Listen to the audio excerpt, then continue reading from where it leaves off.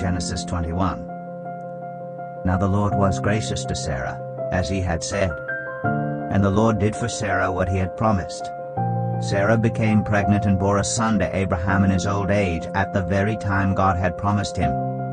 Abraham gave the name Isaac to the son Sarah bore him. When his son Isaac was 8 days old, Abraham circumcised him as God commanded him. Abraham was 100 years old when his son Isaac was born to him. Sarah said, God has brought me laughter, and everyone who hears about this will laugh with me. And she added, who would have said to Abraham that Sarah would nurse children? Yet I have borne him a son in his old age. The child grew and was weaned.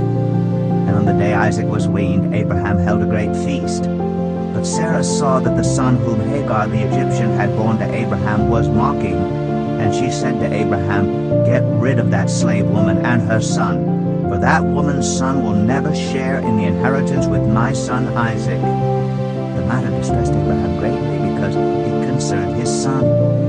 But God said to him, do not be so distressed about the boy and your slave woman.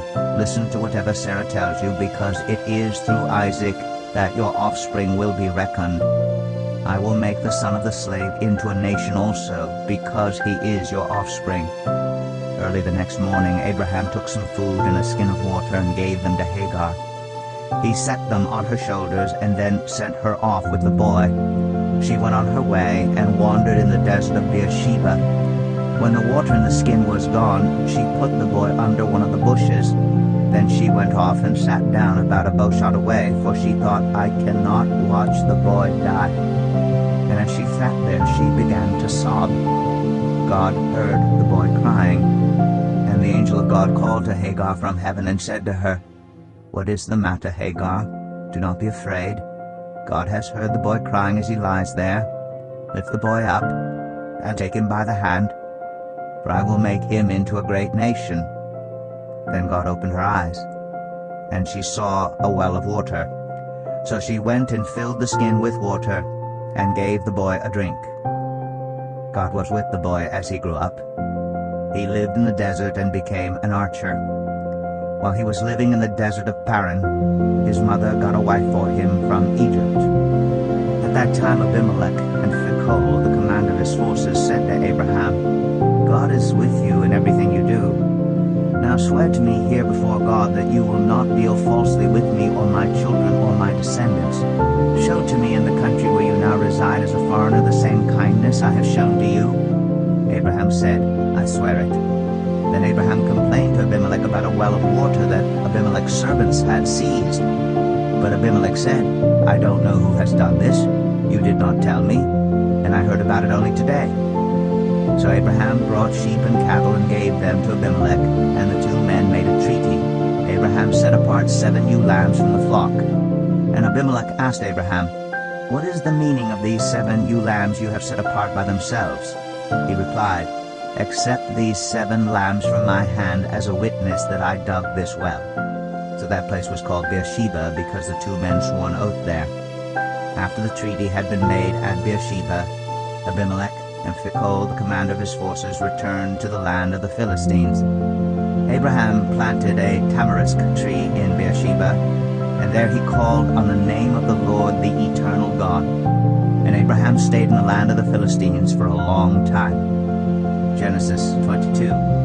Sometime later, God tested Abraham. He said to him, Abraham. Here I am, he replied. Then God said, take your son, your only son, whom you love, Isaac, and go to the region of Moriah. Sacrifice him there as a burnt offering on a mountain I will show you. Early the next morning Abraham got up and loaded his donkey. He took with him 2 of his servants and his son, Isaac. When he had cut enough wood for the burnt offering, he set out for the place God had told him about. On the 3rd day, Abraham looked up and saw the place in the distance. He said to his servants, stay here with the donkey, while I and the boy go over there. We will worship, and then we will come back. Abraham took the wood for the burnt offering and placed it on his son Isaac, and he himself carried the fire and the knife. As the two of them went on together, Isaac spoke up and said to his father Abraham, "Father?" "Yes, my son," Abraham replied. "The fire and wood are here," Isaac said. "But where is the lamb for the burnt offering?" Abraham answered, "God himself will provide the lamb for the burnt offering, my son." And the two of them went on together. When they reached the place God had told him about, Abraham built an altar there and arranged the wood on it. He bound his son Isaac and laid him on the altar on top of the wood.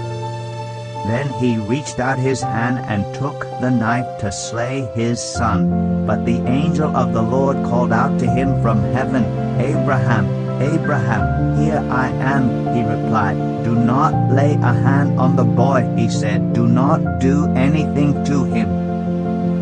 Now I know that you fear God, because you have not withheld from me your son, your only son." Abraham looked up, and there in a thicket he saw a ram caught by its horns.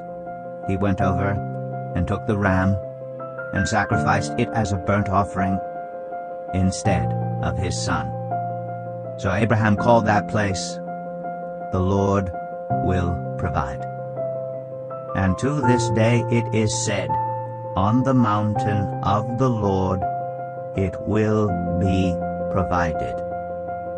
The angel of the Lord called to Abraham from heaven a second time and said, "I swear by myself, declares the Lord, that because you have done this and have not withheld your son, your only son, I will surely bless you and make your descendants as numerous as the stars in the sky and as the sand on the seashore.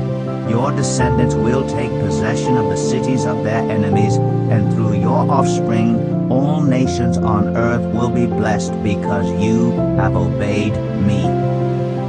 Then Abraham returned to his servants, and they set off together for Beersheba. And Abraham stayed in Beersheba. Sometime later Abraham was told, "Milcah is also a mother. She has borne sons to your brother Nahor, Uz the firstborn, Buz his brother, Kemuel the father of Aram, Kesed, Hazo, Pildash, Jidlaph, and Bethuel." Bethuel became the father of Rebekah.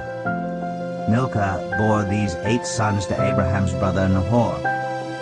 His concubine, whose name was Rumah, also had sons, Tebah, Gaham, Tahash, and Makkah. Genesis 23.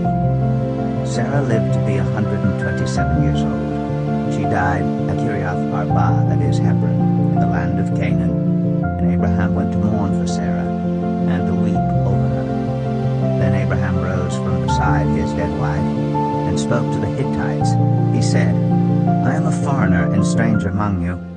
Sell me some property for a burial site here so I can bury my dead." The Hittites replied to Abraham, "Sir, listen to us. You are a mighty prince among us. Bury your dead in the choicest of our tombs. None of us will refuse you his tomb for burying your dead." Then Abraham rose and bowed down before the people of the land, the Hittites. He said to them, "If you are willing to let me bury my dead, then listen to me and intercede with Ephron, son of Zohar, on my behalf. So he will sell me the cave of Machpelah, which belongs to him, and is at the end of his field. Ask him to sell it to me for the full price as a burial site among you." Ephron the Hittite was sitting among his people, and he replied to Abraham in the hearing of all the Hittites who had come to the gate of his city, "No, my lord," he said, "listen to me. I give you the field, and I give you the cave that is in it. I give it to you in the presence of my people. Bury your dead." Again Abraham bowed down before the people of the land, and he said to Ephron in their hearing, "Listen to me if you will. I will pay the price of the field. Accept it from me so I can bury my dead there." Ephron answered Abraham, "Listen to me, my lord. The land is worth 400 shekels of silver. But what is that between you and me? Bury your dead." Abraham agreed to Ephron's terms and weighed out for him the price he had named in the hearing of the Hittites, 400 shekels of silver, according to the weight current among the merchants merchants. So Ephron's field in Machpelah, near Mamre, both the field and the cave in it and all the trees within the borders of the field, was deeded to Abraham as his property in the presence of all the Hittites who had come to the gate of the city. Afterward Abraham buried his wife Sarah in the cave in the field of Machpelah, near Mamre, which is at Hebron, in the land of Canaan. So the field and the cave in it were deeded to Abraham by the Hittites as a burial site. Genesis 24. Abraham was now very old, and the Lord had blessed him in every way. He said to the senior servant in his household, the one in charge of all that he had, "Put your hand under my thigh. I want you to swear by the Lord, the God of heaven and the God of earth, that you will not get a wife for my son from the daughters of the Canaanites among whom I am living, but will go to my country and my own relatives and get a wife for my son Isaac." The servant asked him, "What if the woman is unwilling to come back with me to this land? Shall I then take your son back to the country you came from?" "Make sure that you do not take my son back there," Abraham said. "The Lord, the God of heaven, who brought me out of my father's household and my native land, and who spoke to me and promised me on oath, saying, 'To your offspring I will give this land,' he will send his angel before you, so that you can get a wife for my son from there. If the woman is unwilling to come back with you, then you will be released from this oath of mine. Only do not take my son back there." So the servant put his hand under the thigh of his master Abraham, and swore an oath to him concerning this matter. Then the servant left, taking with him 10 of his master's camels loaded with all kinds of good things from his master. He set out for Aram Naharaim, and made his way to the town of Nahor. He had the camels kneel down near the well outside the town. It was toward evening, the time the women go out to draw water. Then he prayed, "Lord, God of my master Abraham, make me successful today, and show kindness to my master Abraham. See, I am standing beside this spring, and the daughters of the townspeople are coming out to draw water.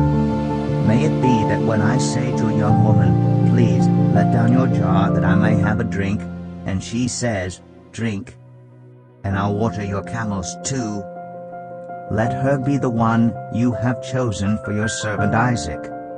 By this I will know that you have shown kindness to my master." Before he had finished praying, Rebekah came out, with her jar on her shoulder. She was the daughter of Bethuel, son of Milcah, who was the wife of Abraham's brother Nahor. The woman was very beautiful, a virgin. No man had ever slept with her. She went down to the spring, filled her jar, and came up again. The servant hurried to meet her and said, "Please, give me a little water from your jar." "Drink, my lord," she said, and quickly lowered the jar to her hands and gave him a drink. After she had given him a drink, she said, "I'll draw water for your camels too, until they have had enough to drink."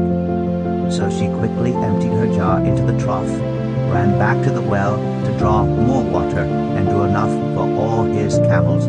Without saying a word, the man watched her closely to learn whether or not the Lord had made his journey successful. When the camels had finished drinking, the man took out a gold nose ring weighing a beka, and 2 gold bracelets weighing 10 shekels. Then he asked, "Whose daughter are you? Please tell me, is there room in your father's house for us to spend the night?" She answered him, "I am the daughter of Bethuel, the son that Milcah bore to Nahor." And she added, "We have plenty of straw and fodder, as well as room for you to spend the night." Then the man bowed down and worshipped the Lord, saying, "Praise be to the Lord, the God of my master Abraham, who has not abandoned his kindness and faithfulness to my master.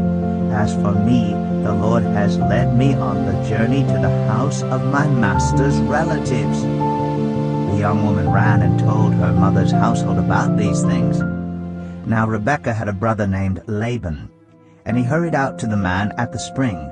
As soon as he had seen the nose ring and the bracelets on his sister's arms, and had heard Rebekah tell what the man said to her, he went out to the man and found him standing by the camels near the spring. "Come, you who are blessed by the Lord," he said. "Why are you standing out here? I have prepared the house and a place for the camels." So the man went to the house, and the camels were unloaded. Straw and fodder were brought for the camels, and water for him and his men to wash their feet. Then food was set before him, but he said, "I will not eat until I have told you what I have to say." "Then tell us," Laban said. So he said, "I am Abraham's servant. The Lord has blessed my master abundantly, and he has become wealthy. He has given him sheep and cattle, silver and gold, male and female servants, and camels and donkeys. My master's wife Sarah has borne him a son in her old age, and he has given him everything he owns. And my master made me swear an oath and said, 'You must not get a wife for my son from the daughters of the Canaanites in whose land I live, but go to my father's family, into my own clan, and get a wife for my son.' Then I asked my master, 'What if the woman will not come back with me?' He replied, 'The Lord, before whom I have walked faithfully, will send his angel with you and make your journey a success, so that you can get a wife for my son from my own clan and from my father's family. You will be released from my oath if, when you go to my clan, they refuse to give her to you. Then you will be released from my oath.' When I came to the spring today, I said, 'Lord, God of my master Abraham, if you will, please grant success to the journey on which I have come. See, I am standing beside this spring.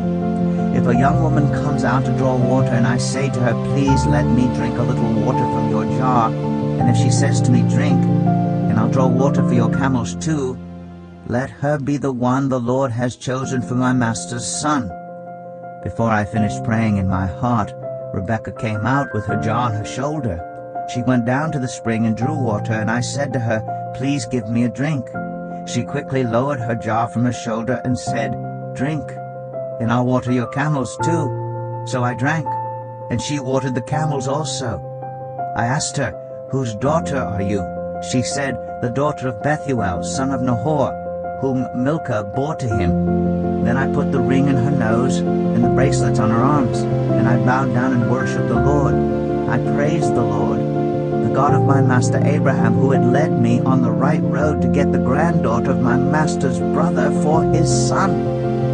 Now if you will show kindness and faithfulness to my master, tell me, and if not, tell me, so I may know which way to turn." Laban and Bethuel answered, "This is from the Lord. We can say nothing to you one way or the other. Here is Rebekah.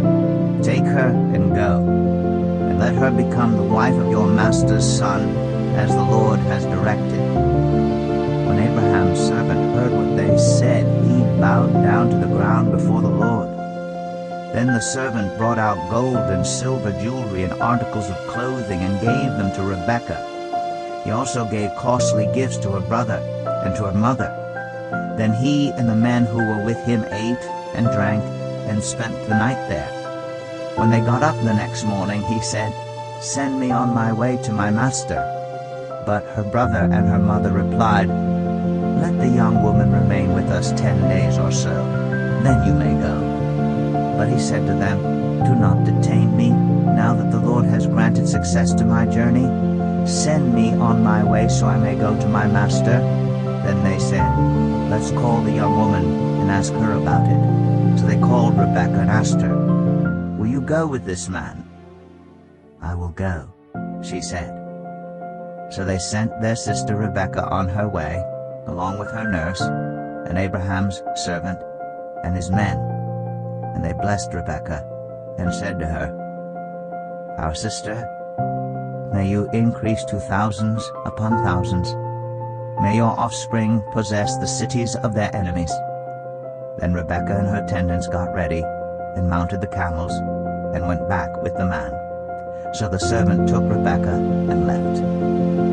Now Isaac had come from Beer Lahai Roi, for he was living in the Negev. He went out to the field one evening to meditate, and as he looked up he saw camels approaching. Rebekah also looked up, and saw Isaac. She got down from her camel, and asked the servant, "Who is that man in the field coming to meet us?" "He is my master," the servant answered. So she took her veil and covered herself. servant told Isaac all he had done. Isaac brought her into the tent of his mother Sarah, and he married Rebekah. So she became his wife, and he loved her. And Isaac was comforted after his mother's death. Genesis 25. Abraham had taken another wife, whose name was Keturah. She bore him Zimran, Jokshan, Medan, Midian, Ishbak, and Shua. Jokshan was the father of Sheba and Dedan. The descendants of Dedan were the Asherites, the Letushites, and the Leumites. The sons of Midian were Ephah, Epher, Hanok, Abida, and Eldaah. All these were descendants of Keturah. Abraham left everything he owned to Isaac, but while he was still living, he gave gifts to the sons of his concubines and sent them away from his son Isaac to the land of the east. Abraham lived 175 years. Then Abraham breathed his last and died at a good old age, an old man and full of years, and he was gathered to his people. His sons Isaac and Ishmael buried him in the cave of Machpelah near Mamre, in the field of Ephron son of Zoar the Hittite, the field Abraham had bought from the Hittites. There Abraham was buried with his wife Sarah. After Abraham's death, God blessed his son Isaac, who then lived near Beer-lahai-roi. This is the account of the family line of Abraham's son Ishmael, whom Sarah's slave Hagar the Egyptian bore to Abraham. These are the names of the sons of Ishmael, listed in the order of their birth: Nebaioth, the firstborn of Ishmael, Kedar, Adbeel, Mibsam, Mishma, Dumah, Massa, Hadad, Tema, Jetur, Naphish, and Kedemah. These were the sons of Ishmael, and these are the names of the 12 tribal rulers according to their settlement and camps. Ishmael lived 137 years. He breathed his last and died, and he was gathered to his people. His descendants settled in the area from Havilah to Shur, near the eastern border of Egypt as you go toward Ashur, and they lived in hostility toward all the tribes related to them. This is the account of the family line of Abraham's son Isaac. Abraham became the father of Isaac, and Isaac was 40 years old when he married Rebekah, daughter of Bethuel, the Aramean from Padan Aram, and sister of Laban the Aramean. Isaac prayed to the Lord on behalf of his wife because she was childless. The Lord answered his prayer, and his wife Rebekah became pregnant. The babies jostled each other within her, and she said, "Why is this happening to me?" So she went to inquire of the Lord. The Lord said to her, "Two nations are in your womb, and two peoples from within you will be separated. One people will be stronger than the other, and the older will serve the younger." When the time came for her to give birth, there were twin boys in her womb. The first to come out was red, and his whole body was like a hairy garment. So they named him Esau. After this his brother came out, with his hand grasping Esau's heel. So he was named Jacob. Isaac was 60 years old when Rebekah gave birth to them. The boys grew up, and Esau became a skillful hunter, a man of the open country, while Jacob was content to stay at home among the tents. Isaac, who had a taste for wild game, loved Esau, but Rebekah loved Jacob. Once when Jacob was cooking some stew, Esau came in from the open country, famished. He said to Jacob, "Quick, let me have some of that red stew. I'm famished." That is why he was also called Edom. Jacob replied, "First sell me your birthright." "Look, I am about to die," Esau said. "What good is the birthright to me?" But Jacob said, "Swear to me first." So he swore an oath to him, selling his birthright to Jacob. Then Jacob gave Esau some bread and some lentil stew. He ate and drank, and then got up and left. So Esau despised his birthright. Genesis 26. Now there was a famine in the land, besides the previous famine in Abraham's time. And Isaac went to Abimelech, king of the Philistines, in Gerar. The Lord appeared to Isaac and said, "Do not go down to Egypt. Live in the land where I tell you to live.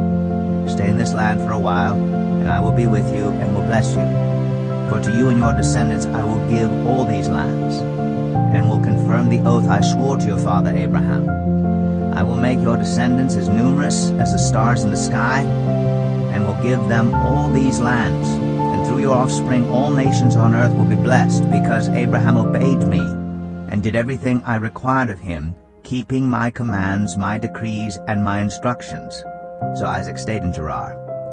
When the men of that place asked him about his wife, he said, "She is my sister," because he was afraid to say, "She is my wife." He thought, "The men of this place might kill me on account of Rebekah, because she is beautiful." When Isaac had been there a long time, Abimelech, king of the Philistines, looked down from a window and saw Isaac caressing his wife Rebekah. So Abimelech summoned Isaac and said, "She is really your wife. Why did you say she is my sister?" Isaac answered him, "Because I thought I might lose my life on account of her." Then Abimelech said, "What is this you have done to us? One of the men might well have slept with your wife, and you would have brought guilt upon us." So Abimelech gave orders to all the people, "Anyone who harms this man or his wife shall surely be put to death." Isaac planted crops in that land, and the same year reaped 100-fold, because the Lord blessed him. The man became rich, and his wealth continued to grow until he became very wealthy. He had so many flocks and herds and servants that the Philistines envied him.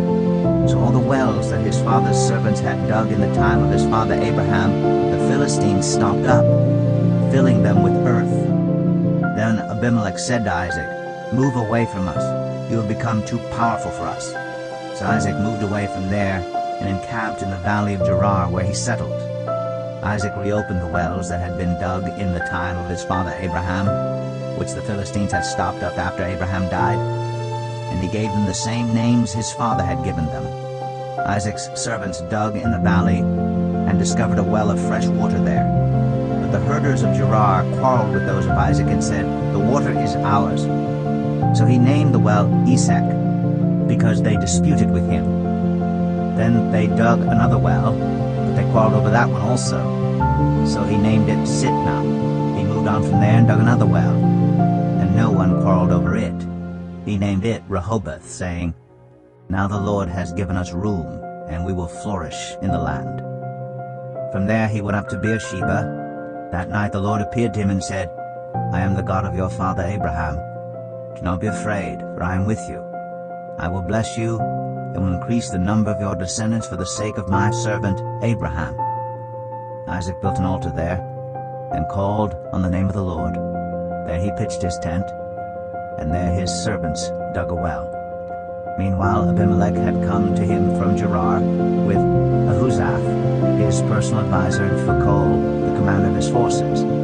Isaac asked them, "Why have you come to me, since you were hostile to me and sent me away?" They answered, "We saw clearly that the Lord was with you, so we said there ought to be a sworn agreement between us and you. Let us make a treaty with you that you will do us no harm, just as we did not harm you, but always treated you well and sent you away peacefully. And now you are blessed by the Lord." Isaac then made a feast for them, and they ate and drank. Early the next morning the men swore an oath to each other, and Isaac sent them on their way, and they went away peacefully. That day Isaac's servants came and told him about the well they had dug. They said, "We found water." He called it Sheba, and to this day the name of the town has been Beersheba. When Esau was 40 years old, he married Judith, daughter of Beeri the Hittite, and also Basemath, daughter of Elon the Hittite. They were a source of grief to Isaac and Rebekah. Genesis 27. When Isaac was old and his eyes were so weak that he could no longer see, he called for Esau his oldest son and said to him, "My son." "Here I am," he answered. Isaac said, "I am now an old man, and don't know the day of my death. Now then, get your equipment, your quiver and bow, and go out to the open country to hunt some wild game for me. Prepare me the kind of tasty food I like, and bring it to me to eat, so that I may give you my blessing before I die." Now Rebekah was listening as Isaac spoke to his son Esau. When Esau left for the open country to hunt game and bring it back, Rebekah said to her son Jacob, "Look, I overheard your father say to your brother Esau, 'Bring me some game and prepare me some tasty food to eat, so that I may give you my blessing in the presence of the Lord before I die. Now my son, listen carefully and do what I tell you. Go out to the flock and bring me 2 choice young goats, so I can prepare some tasty food for your father, just the way he likes it. Then take it to your father to eat, so that he may give you his blessing before he dies." Jacob said to Rebekah his mother, "But my brother Esau is a hairy man, while I have smooth skin. What if my father touches me? I would appear to be tricking him, and would bring down a curse on myself rather than a blessing." His mother said to him, "My son, let the curse fall on me. Just do what I say. Go and get them for me." So he went and got them and brought them to his mother, and she prepared some tasty food just the way his father liked it. Then Rebekah took the best clothes of Esau her older son, which she had in the house, and put them on her younger son, Jacob. She also covered his hands and the smooth part of his neck with the goat skins. Then she handed to her son Jacob the tasty food and the bread she had made. He went to his father and said, "My father?" "Yes, my son," he answered. "Who is it?" Jacob said to his father, "I am Esau, your firstborn. I have done as you told me. Please sit up and eat some of my game so that you may give me your blessing." Isaac asked his son, "How did you find it so quickly, my son?" "The Lord your God gave me success," he replied.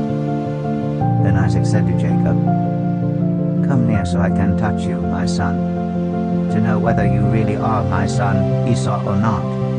Jacob went close to his father Isaac, who touched him and said, "The voice is the voice of Jacob, but the hands are the hands of Esau." He did not recognize him, for his hands were hairy, like those of his brother Esau. So he proceeded to bless him. "Are you really my son Esau?" he asked. "I am," he replied. Then he said, "My son, bring me some of your game to eat, so that I may give you my blessing." Jacob brought it to him, and he ate. And he brought some wine, and he drank. Then his father Isaac said to him, "Come here, my son, and kiss me." So he went to him and kissed him. When Isaac got the smell of his clothes, he blessed him and said, "Ah, the smell of my son is like the smell of a field that the Lord has blessed. May God give you heaven's dew and earth's richness, and abundance of grain and new wine. May nations serve you, and peoples bow down to you. Be Lord over your brothers, and may the sons of your mother bow down to you. May those who curse you be cursed, and those who bless you be blessed." After Isaac finished blessing him, and Jacob had scarcely left his father's presence, his brother Esau came in from hunting. He too prepared some tasty food and brought it to his father. Then he said to him, "My father, please sit up and eat some of my game so that you may give me your blessing." His father Isaac asked him, "Who are you?" "I am your son," he answered, "your firstborn, Esau." Isaac trembled violently and said, "Who was it then that hunted game and brought it to me? I ate it just before you came, and I blessed him, and indeed he will be blessed." When Esau heard his father's words, he burst out with a loud and bitter cry, and said to his father, "Bless me too, my father." But he said, "Your brother came deceitfully and took your blessing." Esau said, "Isn't he rightly named Jacob? This is the second time he has taken advantage of me. He took my birthright, and now he's taken my blessing." Then he asked, "Haven't you reserved any blessing for me?" Isaac answered Esau, "I have made him lord over you, and have made all his relatives his servants, and I have sustained him with grain and new wine. So what can I possibly do for you, my son?" Esau said to his father, "Do you have only one blessing, my father? Bless me too, my father." Then Esau wept aloud. His father Isaac answered him, "Your dwelling will be away from the earth's richness, away from the dew of heaven above. You will live by the sword, and you will serve your brother. But when you grow restless, you will throw his yoke from off your neck." Esau held a grudge against Jacob because of the blessing his father had given him. He said to himself, "The days of mourning for my father are near. Then I will kill my brother Jacob." When Rebekah was told what her older son Esau had said, she sent for her younger son Jacob and said to him, "Your brother Esau is planning to avenge himself by killing you. Now then, my son, do what I say. Flee at once to my brother Laban in Haran. Stay with him for a while until your brother's fury subsides. When your brother is no longer angry with you and forgets what you did to him, I'll send word for you to come back from there. Why should I lose both of you in one day?" Then Rebekah said to Isaac, "I'm disgusted with living because of these Hittite women. If Jacob takes a wife from among the women of this land, from Hittite women like these, my life will not be worth living." Genesis 28. So Isaac called for Jacob and blessed him. Then he commanded him, "Do not marry a Canaanite woman. Go at once to Padan Aram, to the house of your mother's father Bethuel. Take a wife for yourself there, from among the daughters of Laban your mother's brother. May God Almighty bless you and make you fruitful, and increase your numbers until you become a community of peoples. May he give you and your descendants the blessing given to Abraham, so that you may take possession of the land where you now reside as a foreigner, the land God gave to Abraham." Then Isaac sent Jacob on his way, and he went to Padan Aram, to Laban, son of Bethuel the Aramean, the brother of Rebekah, who was the mother of Jacob and Esau. Now Esau learned that Isaac had blessed Jacob and had sent him to Padan Aram to take a wife from there, and that when he blessed him, he commanded him, "Do not marry a Canaanite woman," and that Jacob had obeyed his father and mother and had gone to Padan Aram. Esau then realized how displeasing the Canaanite women were to his father Isaac. So he went to Ishmael and married Mahalath, the sister of Nebaioth, and daughter of Ishmael, son of Abraham, in addition to the wives he already had. Jacob left Beersheba and set out for Haran. When he reached a certain place, he stopped for the night because the sun had set. Taking one of the stones there, he put it under his head and lay down to sleep. He had a dream, in which he saw a stairway resting on the earth, with its top reaching to heaven, and the angels of God were ascending and descending on it. There above it stood the Lord, and he said, "I am the Lord, the God of your father Abraham and the God of Isaac. I will give you and your descendants the land on which you are lying. Your descendants will be like the dust of the earth, and you will spread out to the west and to the east, to the north and to the south. All peoples on earth will be blessed through you and your offspring. I am with you and will watch over you wherever you go, and I will bring you back to this land. I will not leave you until I have done what I have promised you." When Jacob awoke from his sleep, he thought, "Surely the Lord is in this place, and I was not aware of it." He was afraid and said, "How awesome is this place! This is none other than the house of God. This is the gate of heaven." Early the next morning, Jacob took the stone he had placed under his head and set it up as a pillar, and poured oil on top of it. He called that place Bethel, though the city used to be called Luz. Then Jacob made a vow, saying, "If God will be with me, and will watch over me on this journey I'm taking, and will give me food to eat and clothes to wear, so that I return safely to my father's household, then the Lord will be my God, and this stone that I have set up as a pillar will be God's house, and of all that you give me, I will give you a tenth." Genesis 29. Then Jacob continued on his journey and came to the land of the eastern peoples. There he saw a well in the open country, with 3 flocks of sheep lying near it, because the flocks were watered from that well. The stone over the mouth of the well was large. When all the flocks were gathered there, the shepherds would roll the stone away from the well's mouth and water the sheep. Then they would return the stone to its place over the mouth of the well. Jacob asked the shepherds, "My brothers, where are you from?" "We're from Haran," they replied. He said to them, "Do you know Laban, Nahor's grandson?" "Yes, we know him," they answered. Then Jacob asked them, "Is he well?" "Yes, he is," they said. "And here comes his daughter Rachel with the sheep." "Look," he said, "the sun is still high. It is not time for the flocks to be gathered. Water the sheep and take them back to pasture." "We can't," they replied, "until all the flocks are gathered and the stone has been rolled away from the mouth of the well. Then we will water the sheep." While he was still talking with them, Rachel came with her father's sheep. for she was a shepherd. When Jacob saw Rachel, daughter of his uncle Laban, and Laban's sheep, he went over and rolled the stone away from the mouth of the well and watered his uncle's sheep. Then Jacob kissed Rachel and began to weep aloud. He had told Rachel that he was a relative of her father and a son of Rebekah. So she ran and told her father. As soon as Laban heard the news about Jacob, his sister's son, he hurried to meet him. He embraced him and kissed him and brought him to his home. And there Jacob told him all these things. Then Laban said to him, "You are my own flesh and blood."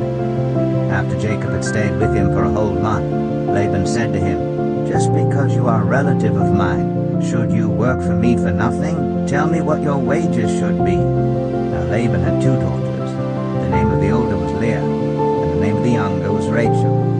Leah had weak eyes, but Rachel had a lovely figure and was beautiful. Jacob was in love with Rachel and said, "I'll work for you 7 years in return for your younger daughter Rachel." Laban said, "It's better that I give her to you than to some other man. Stay here with me." So Jacob served 7 years to get Rachel, but they seemed like only a few days to him because of his love for her. Then Jacob said to Laban, "Give me my wife, my time is completed, and I want to make love to her." So Laban brought together all the people of the place and gave a feast. But when evening came, he took his daughter Leah and brought her to Jacob, and Jacob made love to her. And Laban gave his servant Zilpah to his daughter as her attendant. When morning came, there was Leah. So Jacob said to Laban, "What is this you have done to me? I served you for Rachel, didn't I? Why have you deceived me?" Laban replied, "It is not our custom here to give the younger daughter in marriage before the older one. Finish this daughter's bridal week, then we will give you the younger one also in return for another 7 years of work." And Jacob did so. He finished the week with Leah, and then Laban gave him his daughter Rachel to be his wife. Laban gave his servant Bilhah to his daughter Rachel as her attendant. Jacob made love to Rachel also, and his love for Rachel was greater than his love for Leah, and he worked for Laban another 7 years. When the Lord saw that Leah was not loved, he enabled her to conceive, but Rachel remained childless. Leah became pregnant and gave birth to a son. She named him Reuben, for she said, "It is because the Lord has seen my misery. Surely my husband will love me now." She conceived again, and when she gave birth to a son, she said, "Because the Lord heard that I am not loved, he gave me this one too." So she named him Simeon. Again she conceived, and when she gave birth to a son, she said, "Now at last my husband will become attached to me, because I have borne him 3 sons." So he was named Levi. She conceived again, and when she gave birth to a son, she said, "This time I will praise the Lord." So she named him Judah. Then she stopped having children. Genesis 30. When Rachel saw that she was not bearing Jacob any children, she became jealous of her sister. So she said to Jacob, "Give me children or I'll die." Jacob became angry with her and said, "Am I in the place of God? Who has kept you from having children?" Then she said, "Here is Bilhah, my servant. Sleep with her so that she can bear children for me, and I too can build a family through her." So she gave him her servant Bilhah as a wife. Jacob slept with her, and she became pregnant and bore him a son. Then Rachel said, "God has vindicated me. He has listened to my plea and given me a son." Because of this, she named him Dan. Rachel's servant Bilhah conceived again and bore Jacob a second son. Then Rachel said, "I have had a great struggle with my sister, and I have won." So she named him Naphtali. When Leah saw that she had stopped having children, she took her servant Zilpah and gave her to Jacob as a wife. Leah's servant Zilpah bore Jacob a son. Then Leah said, "What good fortune!" So she named him Gad. Leah's servant Zilpah bore Jacob a second son. Then Leah said, "How happy I am! The women will call me happy. So she named him Asher. During wheat harvest, Reuben went out into the fields and found some mandrake plants, which he brought to his mother Leah. Rachel said to Leah, "Please, give me some of your son's mandrakes." But she said to her, "Wasn't it enough that you took away my husband? Will you take my son's mandrakes too?" "Very well," Rachel said, "he can sleep with you tonight, in return for your son's mandrakes." So when Jacob came in from the fields that evening, Leah went out to meet him. "You must sleep with me," she said. "I have hired you with my son's mandrakes." So he slept with her that night. God listened to Leah, and she became pregnant and bore Jacob a fifth son. Then Leah said, "God has rewarded me for giving my servant to my husband." So she named him Issachar. Leah conceived again and bore Jacob a sixth son. Then Leah said, "God has presented me with a precious gift. This time my husband will treat me with honor because I have borne him 6 sons." So she named him Zebulun. Sometime later she gave birth to a daughter and named her Dinah. Then God remembered Rachel. He listened to her and enabled her to conceive. She became pregnant and gave birth to a son and said, "God has taken away my disgrace." She named him Joseph and said, "May the Lord add to me another son." After Rachel gave birth to Joseph, Jacob said to Laban, "Send me on my way so I can go back to my own homeland. Give me my wives and children, for whom I have served you, and I will be on my way. You know how much work I've done for you." But Laban said to him, "If I have found favor in your eyes, please stay. I have learned by divination that the Lord has blessed me because of you." He added, "Name your wages, and I will pay them." Jacob said to him, "You know how I've worked for you, and how your livestock has fared under my care.